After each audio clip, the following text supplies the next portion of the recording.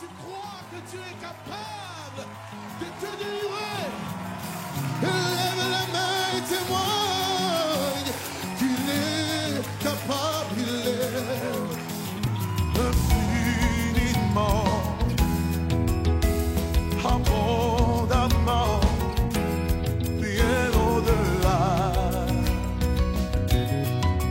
de tout ce que tu demandes au travers de la puissance qui agit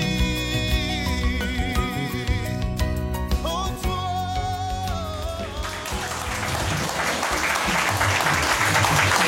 Alléluia. Donc, je voudrais vous présenter le docteur Séry Ambroise.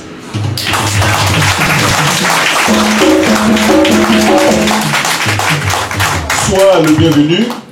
Il est pharmacien et à côté de ce travail, à mi-temps, il sert pleinement le Seigneur. Amen. Donc, il est pasteur dans l'église qu'on appelle Sievancy, comprenez par là, Centre International d'Évangélisation de Côte d'Ivoire. Il est venu pour un séminaire et c'est vrai, comme il a tout bien fait, il partage son temps avec la pharmacie, mais aussi il partage son temps avec Dieu. Amen. Donc il est venu pour le séminaire pour la pharmacie, mais Dieu va encore l'utiliser. Nous allons profiter de son passage et nous souhaitons que Dieu parle au travers de lui ce matin. Amen. Acclamons le Seigneur notre Dieu pour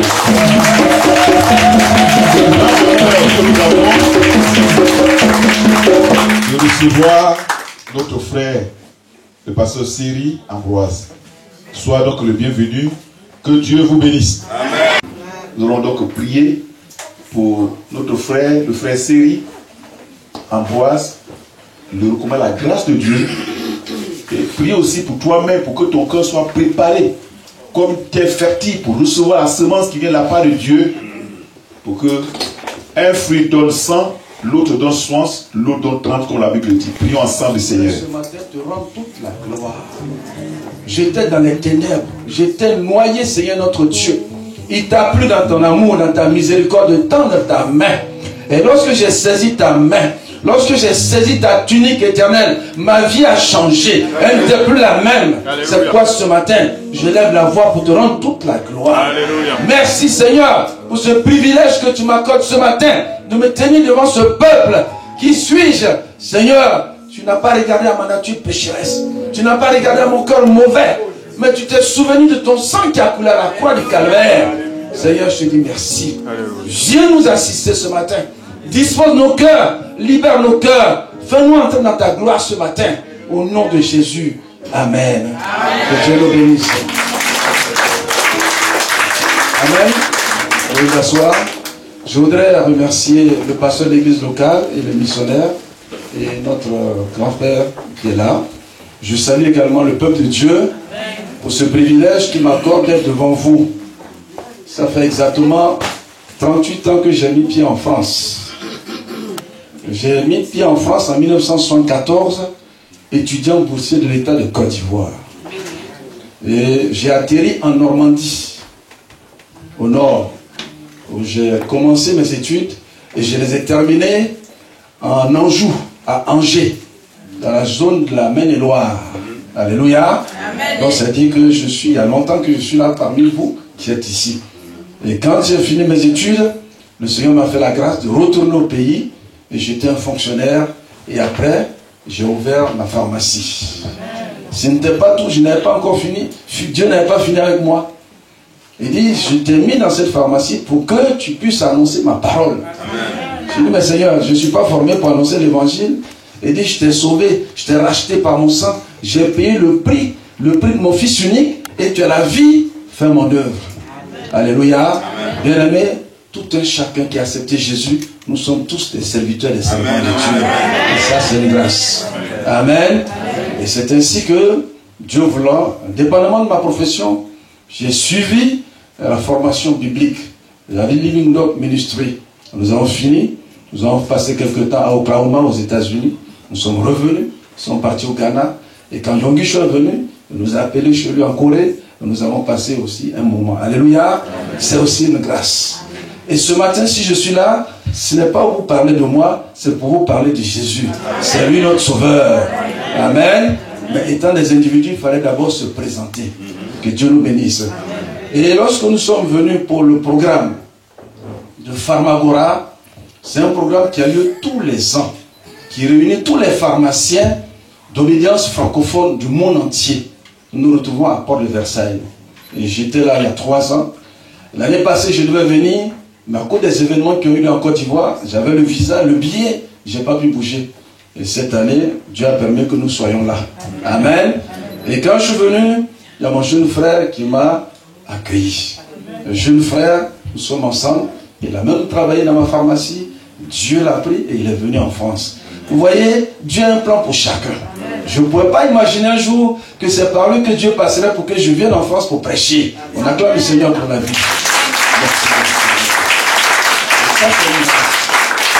Bien-aimés, ne négligez aucun événement dans votre vie. Dieu au contrôle de votre vie. Il fait concourir toutes choses au bien de ceux qui l'aiment. Souvenez-vous de l'histoire de Joseph. Alléluia. Ses frères l'ont vendu. Il ne s'est pas plaint. Mais en fait, ses frères l'avaient vendu pour que son peuple soit sauvé. On ne connaît pas le plan de Dieu. Peut-être que tu es dans cette situation, ne te plains pas. Tu ne sais pas ce que Dieu a prévu pour toi. Mets ta confiance en lui, c'est tout. Amen. Ce matin, nous allons parcourir la Bible. Nous allons parcourir la Bible de Genèse jusqu'à Apocalypse. Parce que c'est de la parole, il faut parler. Il ne faut pas parler d'autre chose. Dieu ne se reconnaît que dans sa parole. Dieu ne se soumet qu'à sa parole. Dieu n'agit que dans sa parole. Amen. Alléluia. Et cette parole que nous allons partager, le 5 décembre, j'étais en Israël. Ça, c'est les billets de Ethiopian Airlines que nous avons pris.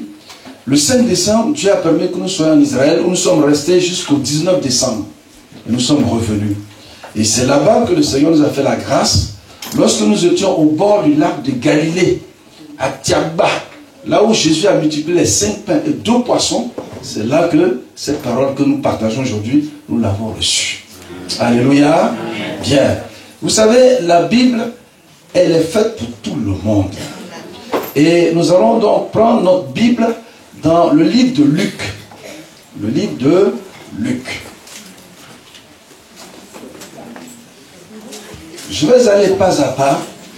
Et après quoi, nous allons tirer les conclusions de cet enseignement. Luc, le chapitre 9. Luc, le chapitre 9. C'est un passage que vous connaissez souvent. Vous savez, le même verset, le même passage peut être interprété par le Saint-Esprit 1 million de fois. Parce que Dieu, il est le Dieu de l'impossible. Amen. Luc, le chapitre 9, à partir du verset 12, je vais lire la parole. Comme le jour commençait à baisser, les 12 s'approchèrent. Vous soulignerez les 12. Comme le jour commençait à baisser, les 12 s'approchèrent et lui dirent, renvoie la foule afin qu'elle aille dans les villages, dans les campagnes des environs, pour se loger, pour trouver des vivres, car nous sommes ici dans un lieu désert. Verset 13. Jésus leur dit, donnez-leur vous-même à manger. Mais ils répondirent, nous n'avons que 5 pains et 2 poissons, à moins que nous n'allions nous-mêmes acheter des vivres pour tout ce peuple. Verset 14. Or, il y avait environ 5000 hommes. Jésus dit à ses disciples, faites-les asseoir par rangée de 50. Verset 15. Ils firent ainsi, et ils les firent tous asseoir. Verset 16. Jésus prit les 5 pains et les 2 poissons, et levant les yeux vers le ciel, il les bénit, puis il les rompit. Et il les donna aux disciples, afin qu'ils les distribuassent à la foule. Verset 17. Tous mangèrent, furent rassasiés, et l'on emporta 12 paniers pleins de morceaux qui restaient. Alléluia. Amen. Bien.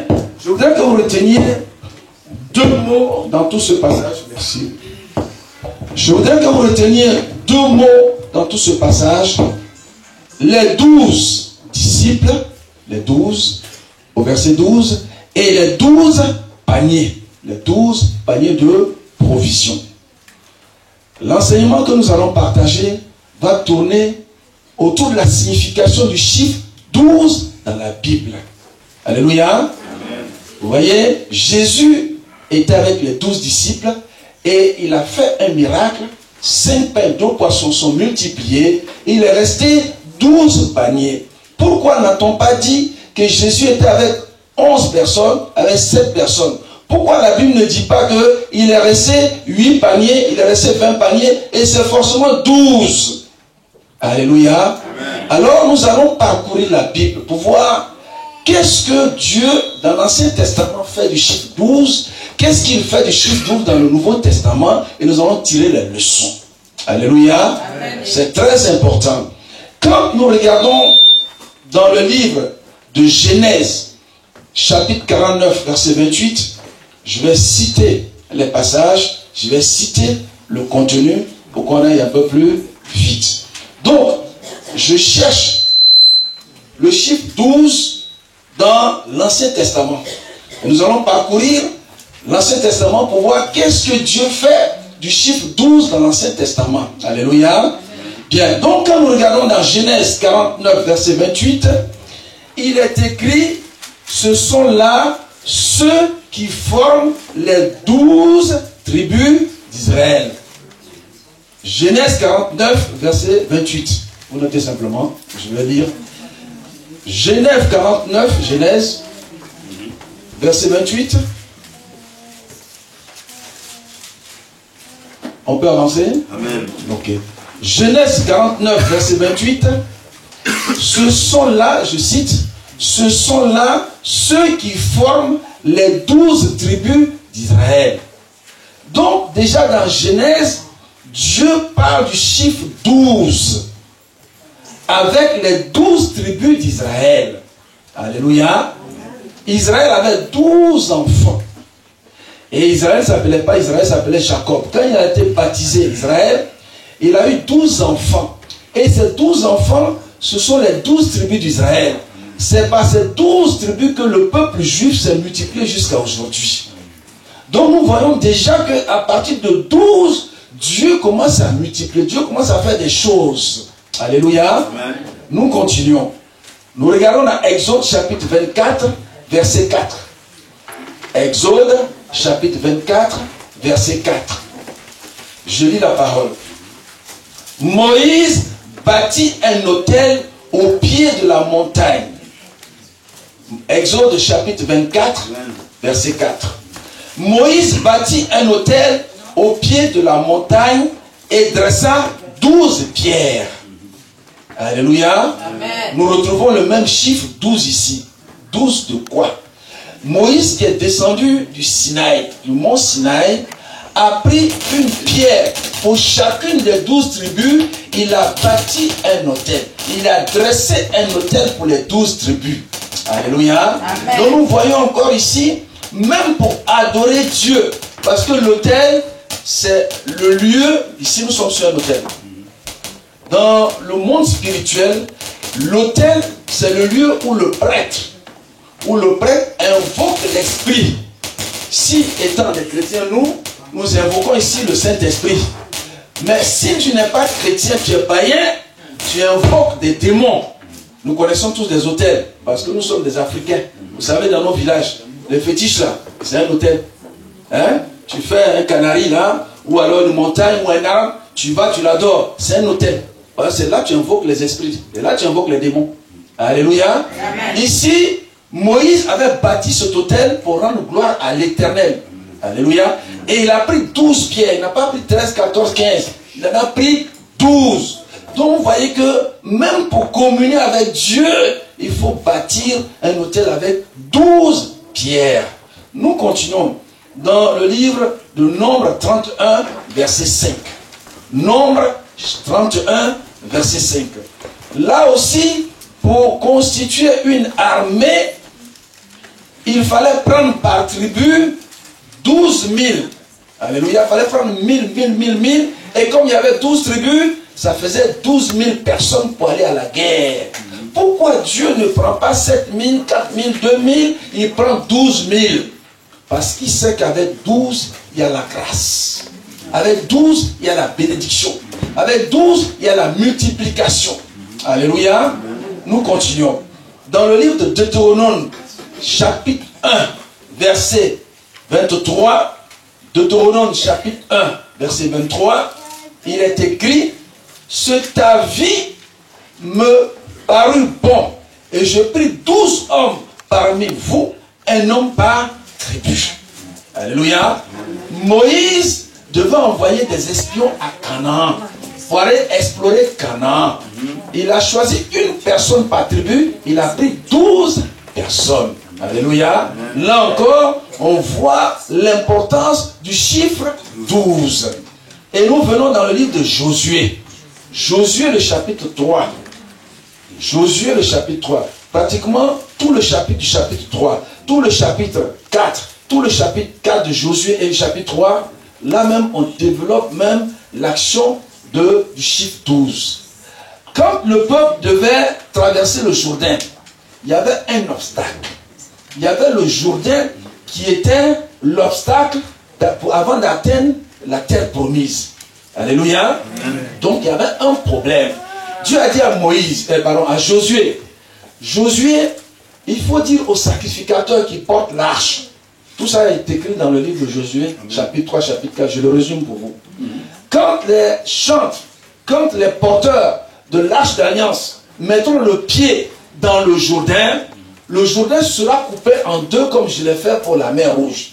C'est ce que Dieu a dit à Josué. Il dit, ok, quand le Jourdain va se fondre en deux, se fera fendu en deux, prenez une pierre, désigne une personne dans chacune des tribus, ça fera 12 personnes, que chacun prenne une pierre, ça fera 12 pierres. Qu'est-ce qu'il faut faire avec ces 12 pierres?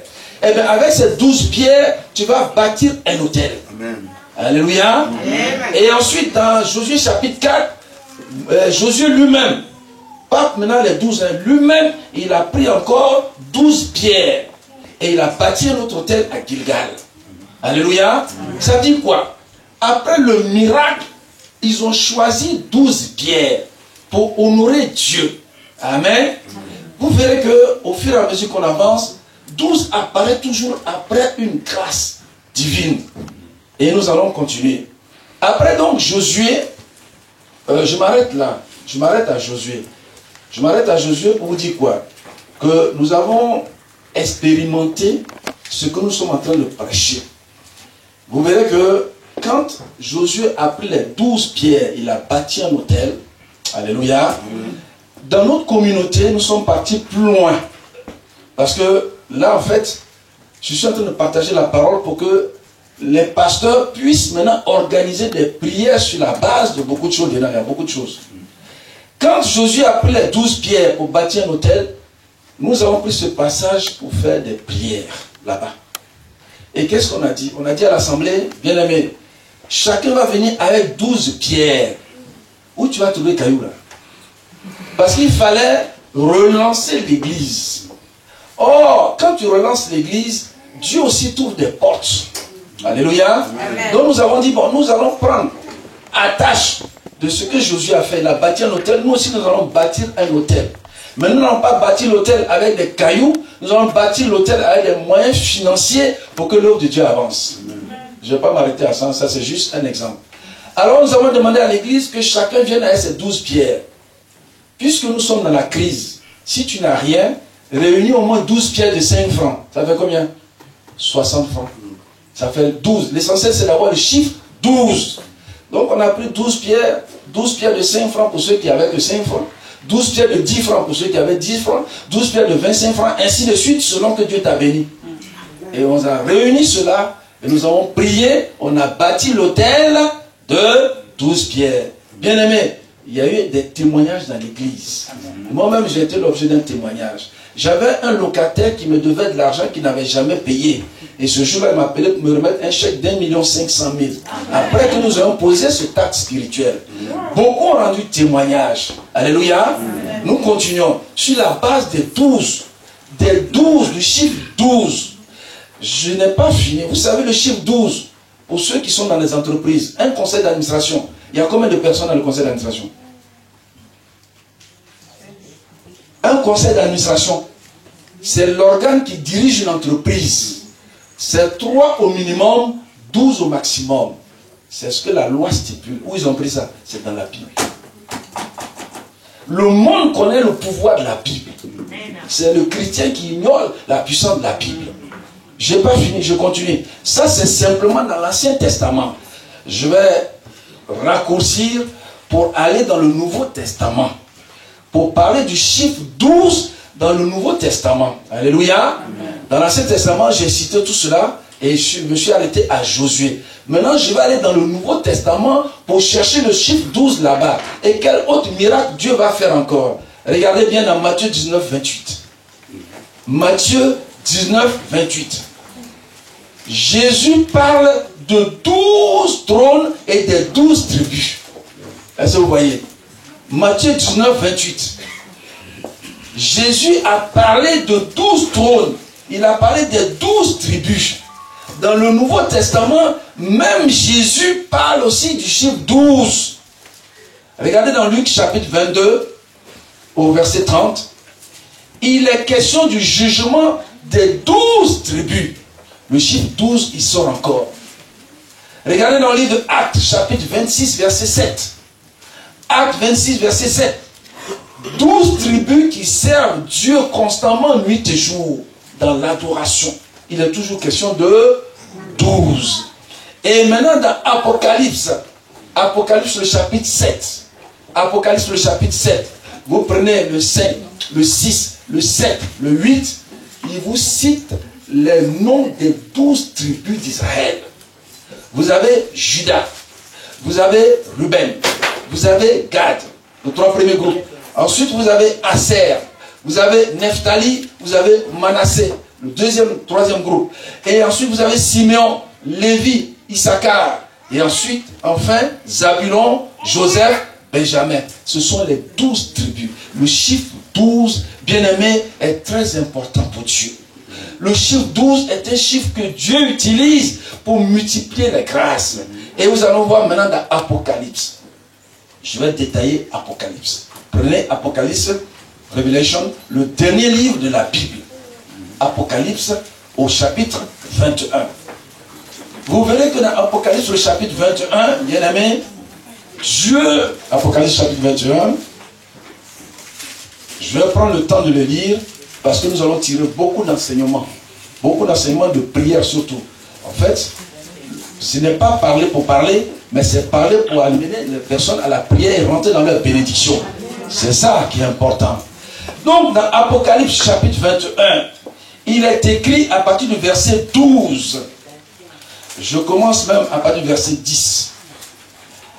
Apocalypse chapitre 21, à partir du verset 10. Il me transporta en esprit sur une grande et haute montagne. Et il me montra la ville sainte Jérusalem.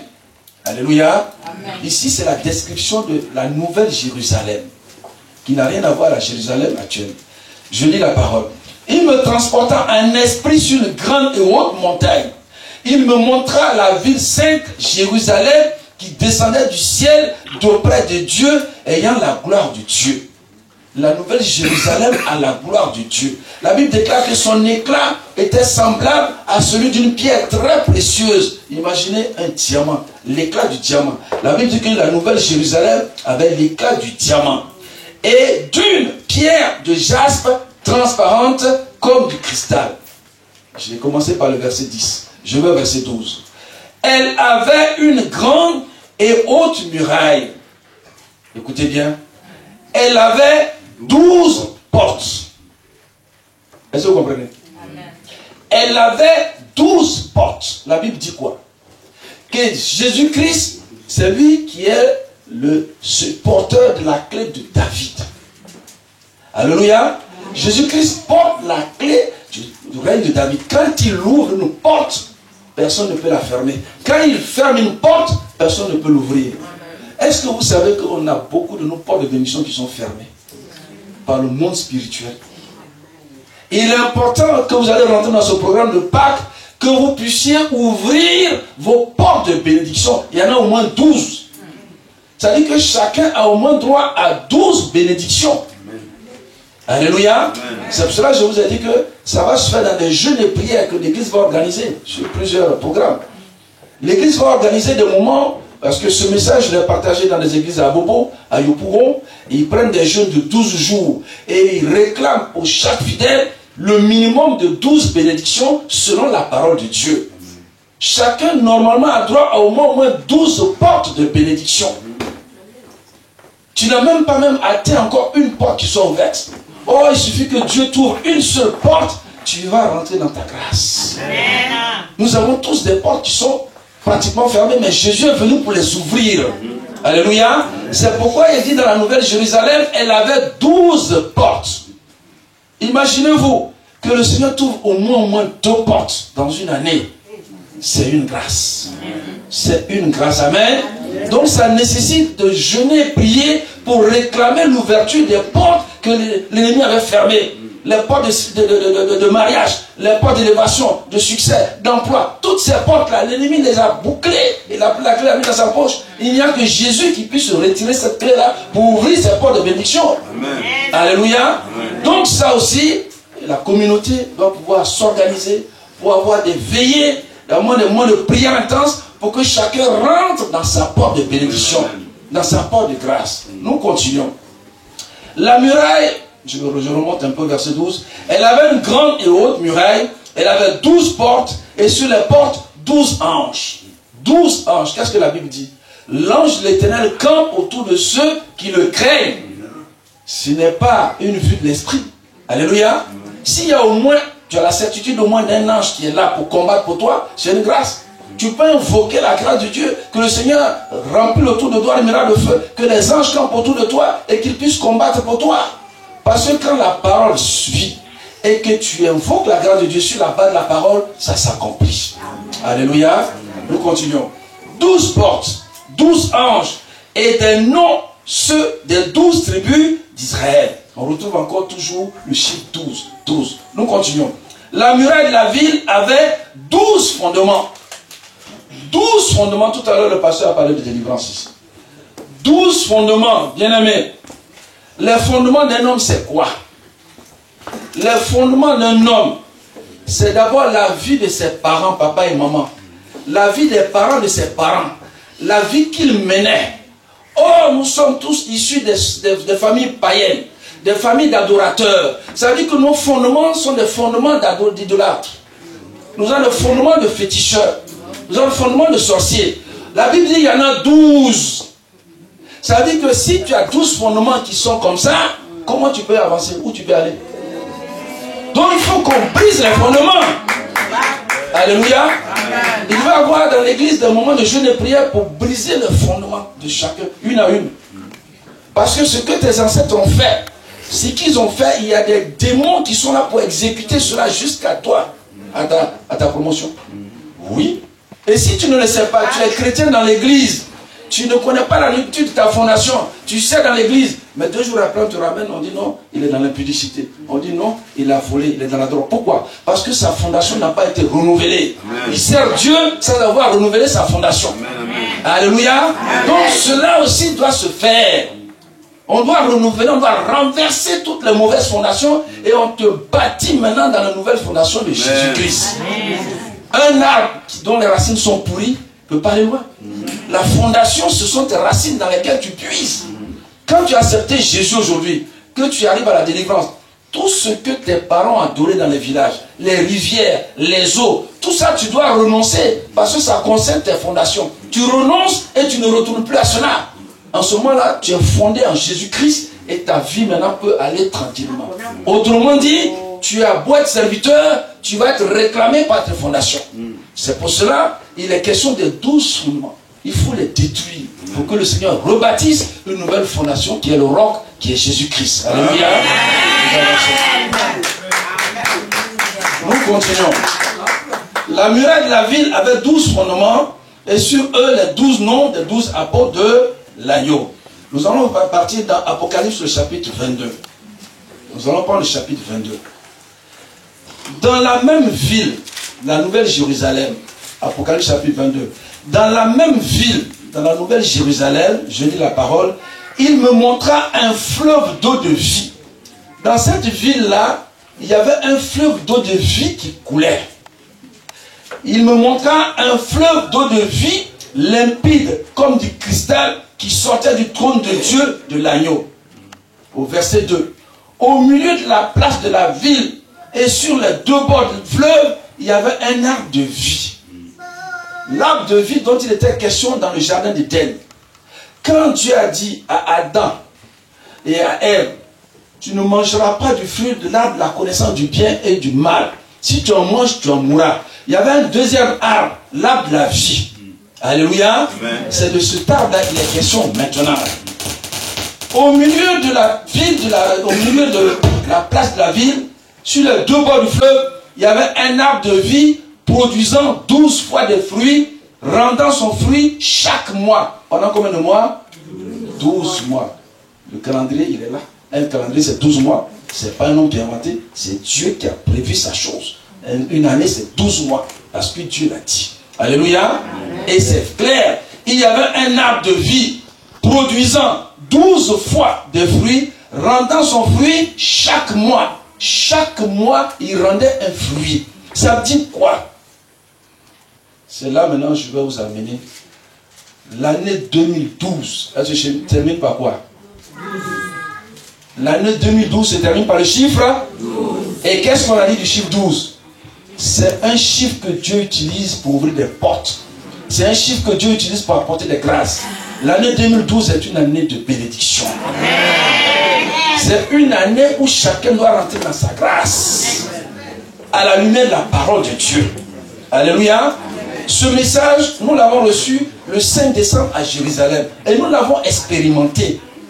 Nous l'avons expérimenté. Quand nous avons fait les prières le 24 décembre et le 31, dans la première semaine de janvier, mon épouse avait une voiture et nous avons reçu une deuxième voiture.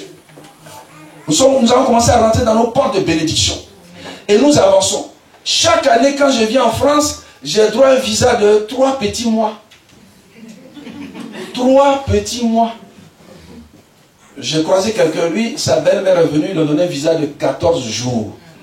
La belle-mère dit, elle va partir en juillet, elle s'en fout. Tout ce qu'il peut faire, c'est de la renvoyer. Alléluia. 3 petits mois de visa. En 2010, j'étais venu pour Farmagora. Et 3 petits mois. J'ai dit, mais vous aussi. Il y a longtemps, je vais en France, je reviens. On dit, c'est pas grave. Il y a la crise.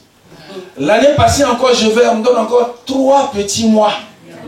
Je dis, il y aura un jour, selon Ecclésiaste, il y a un temps pour chaque chose. Et quand nous avons reçu donc cette parole de Dieu qui dit, l'arbre de vie produit un fruit chaque mois pendant 12 mois. Nous sommes partis maintenant demander notre visa selon cette prière.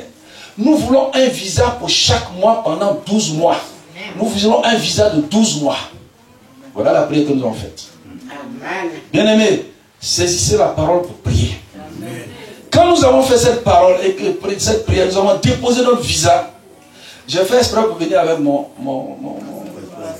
passeport. Bien aimé, j'ai reçu un visa par mois pendant 12 mois. Un visa par mois pendant 12 mois. Je vais donner au pasteur, je donner le visa dedans. Le premier visa commence le 13 et le 14, 3e mois 2012. Il finit le 13, 3e mois 2011. Ça veut dire quoi? Pardon, 2013. Ça veut dire que pour chaque arbre a donné pour chaque mois un fruit. Vous devez réclamer chaque mois. Nous sommes déjà en mars. C'est déjà passé. Parce qu'avec Dieu, c'est au moment où tu connais qu'il commence à compter. À partir du moment où vous avez entendu ce message, vous pouvez revendiquer votre fruit de bénédiction pour le mois de mars, avril, mai, juin, juillet, août. Amen. Ce matin, je les appelais à l'église. Je dis, j'arrive aussi à mon témoignage de mars. Chaque mois, tu dois rendre témoignage sur la base de la parole qui dit que l'arbre de vie donne un fruit chaque mois. Ça veut dire que tu dois réclamer une bénédiction à Dieu chaque mois, mon frère, ma soeur. Tu as un droit, parce que c'est la Bible qui le dit, ce n'est pas un homme. La Bible dit que l'arbre de vie produit un fruit chaque mois. Chaque mois, tu dois réclamer quelque chose à Dieu. C'est ton droit. Alléluia. Amen. Et quand tu le feras, de telle sorte que chaque mois, tu puisses rendre témoignage jusqu'au 31 décembre. Amen. Amen. Il dit à chaque jour suffit sa peine. Si tu ne saisis pas cette opportunité, elle va passer, il y aura une autre opportunité qui viendra. Mais c'est maintenant là, tu dois réclamer à Dieu ton témoignage. Alléluia. C'est pour cela que je disais que les pasteurs doivent s'organiser dans leur église quand ils reçoivent le message pour faire des veillées, pour réclamer les portes de bénédiction, pour réclamer le fruit de bénédiction, pour réclamer les nouveaux fondements de la vie chrétienne. Parce que Dieu le dit. Amen. Amen. Donc, bien aimé, voilà un peu le message que le Seigneur m'a permis de partager avec vous ce matin. L'espoir est permis. Parce que nous sommes dans l'année de la grâce. 2012, c'est l'année où Dieu multiplie les grâces. Amen. Où Dieu ouvre des portes. Où il crée le réveil. Saisis donc ton opportunité. La Pâque qui va venir. Sûrement que vous aurez des moments de jeûne. Profite de ces moments pour réclamer à Dieu ta part selon sa parole. Alléluia. Amen. La Pâque, c'est le péché. Pécha, passer outre, comme a dit l'homme de Dieu, ça se pratique aussi chez les Juifs. Ce sont les Juifs éternellement qui nous ont amenés à la Pâque jusqu'à ce que Jésus arrive. Ça a commencé dans le livre d'Exode. C'est un Exode qu'il fallait tuer un agneau, prendre son sang, mettre ça sur le linteau pour protéger les Juifs. Jusqu'à ce que ce soit un souvenir quand ils sont sortis d'Égypte. En ce moment-là, Dieu a dit, vous en ferez une fête chaque année. Vous allez manger un agneau avec des herbes. Et c'est là maintenant Jésus aussi est venu pour célébrer la Pâque et lui-même il est devenu l'agneau. Je n'entre pas dans la prédication de l'homme de Dieu. C'est pour vous dire seulement que profitez de la Pâque au moment où Jésus va mourir pour ressusciter, pour que vous qui étiez morts, vous reveniez aussi à la vie. Pour que vous qui étiez dans les prisons, vous sortiez de la prison. Pour que vous qui n'avez pas de grâce, vous rentrez en possession de vos bénédictions. Alléluia. Bien-aimés, nous en tenons debout.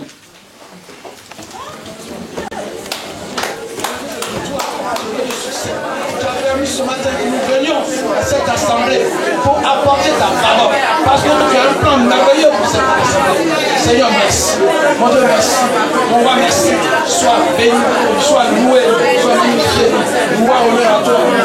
Béni, Seigneur, au nom de Jésus. Nous t'avons prié, tu nous as exaucés. Amen. Amen. Tu vas répéter après moi. Seigneur Jésus-Christ, je te remercie pour ta parole. Ta parole déclare, Jésus-Christ, tu tiens la clé de David. Quand tu ouvres, personne ne peut fermer. Quand tu fermes, personne ne peut ouvrir. Ce matin, je tiens la clé de David et j'ouvre les portes de la bénédiction au nom de Jésus-Christ. J'ouvre la porte du mariage. J'ouvre la porte du travail. J'ouvre la porte de la santé. J'ouvre la porte de l'élévation. J'ouvre la porte du succès. Au nom de Jésus. Bien-aimé, toi-même prends la clé et commence à ouvrir. Il y a des portes que je n'ai pas citées. Toi-même, tu sais quelle porte l'ennemi a fermée. Ouvre la porte dans le nom de Jésus. Je vais te donner la capacité ce matin d'ouvrir la porte de l'élévation, la porte d'élévation, la porte de restauration, la porte de victoire, la porte de succès.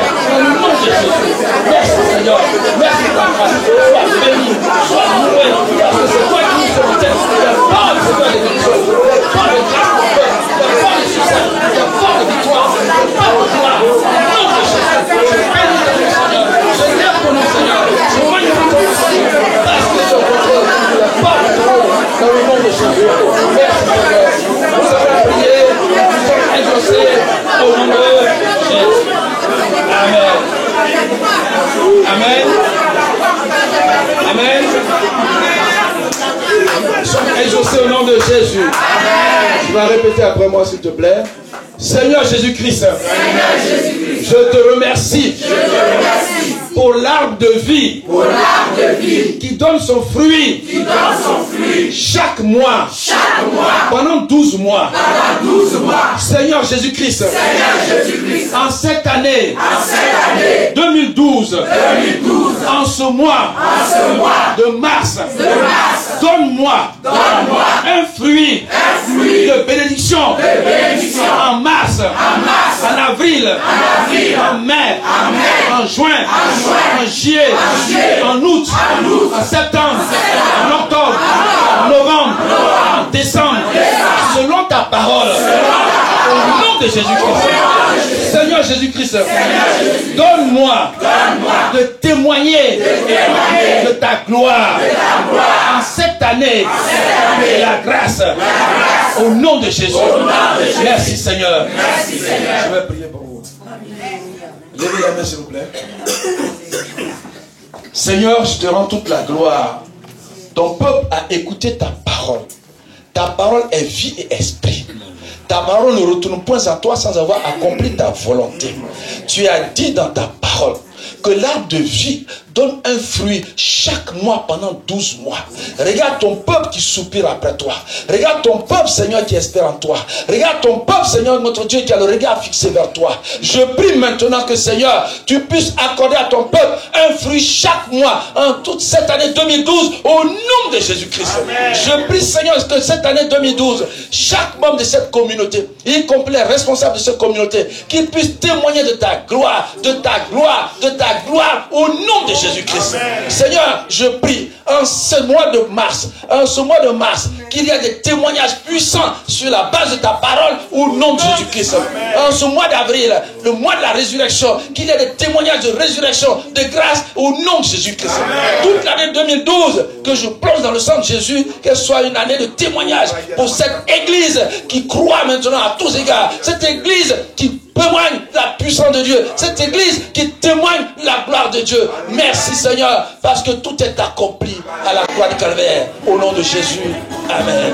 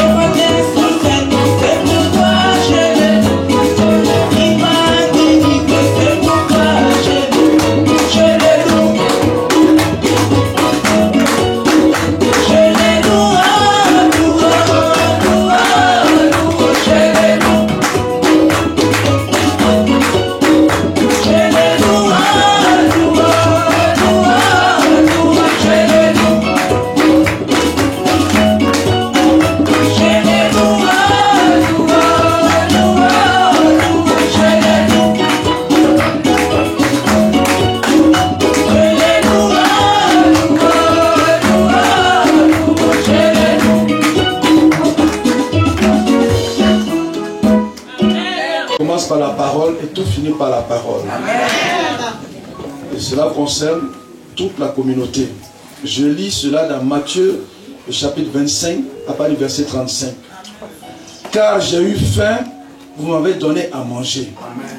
J'ai eu soif, vous m'avez donné à boire. J'étais étranger et vous m'avez recueilli. J'étais nu et vous m'avez vêtu. J'étais malade et vous m'avez visité. J'étais en prison et vous êtes venus vers moi. Les justes lui répondront, Seigneur, quand avons-nous vu avoir faim et t'avons-nous donné à manger, ou avoir soif et t'avons-nous donné à boire? Quand avons-nous vu étranger et t'avons-nous recueilli, ou nu et t'avons-nous vêtu? Quand avons-nous vu malade ou en prison et sommes allés vers toi? Et Jésus leur répondit, je vous le dis en vérité, toutes les fois que vous avez fait ces choses à l'un de ces plus petits, à l'un de mes serviteurs, c'est à moi que vous les avez faites. Amen. La grâce que vous avez eue tout à l'heure de donner, ce n'est pas à moi que vous l'avez donné, mais c'est au Seigneur Jésus-Christ. C'est lui qui bénit. Et cette offrande-là, j'irai jusqu'au pays dans notre communauté pour la présenter. Amen. Alléluia. Amen. Nous allons fermer les yeux. Et je m'appuie sur cette promesse. Seigneur, tu as dit dans ta parole, à chaque fois que ton peuple, Seigneur, donnera à manger, à boire, va revêtir, Seigneur notre Dieu, l'étranger, va couvrir la nudité de l'un de tes serviteurs. Ce n'est pas à un homme qu'ils l'ont fait, mais c'est à toi, Jésus-Christ. Toi qui es l'alpha et l'oméga. La Bible déclare dans Colossiens, toutes choses ont été créées par toi et pour toi. Les visibles, les invisibles, les trônes, les dominations, les dignités. Tu es le chef de toute autorité. Oui, si tu es pour cette église, qui sera contre cette communauté, Seigneur? C'est pourquoi ce matin, je lève la voix vers le trône de Dieu. Je lève la voix vers le roi des rois. Je lève la voix vers le Seigneur des seigneurs. Ouvre maintenant les cieux, Seigneur. Ouvre maintenant les cieux, Seigneur. Ouvre maintenant les cieux, Seigneur. Repends ta grâce sur cette communauté, Seigneur. Repends ta grâce sur cette communauté, Seigneur. Repends ta grâce sur cette communauté. Au nom de Jésus-Christ.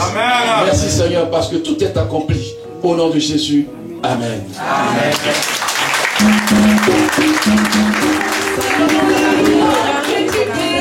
Amen.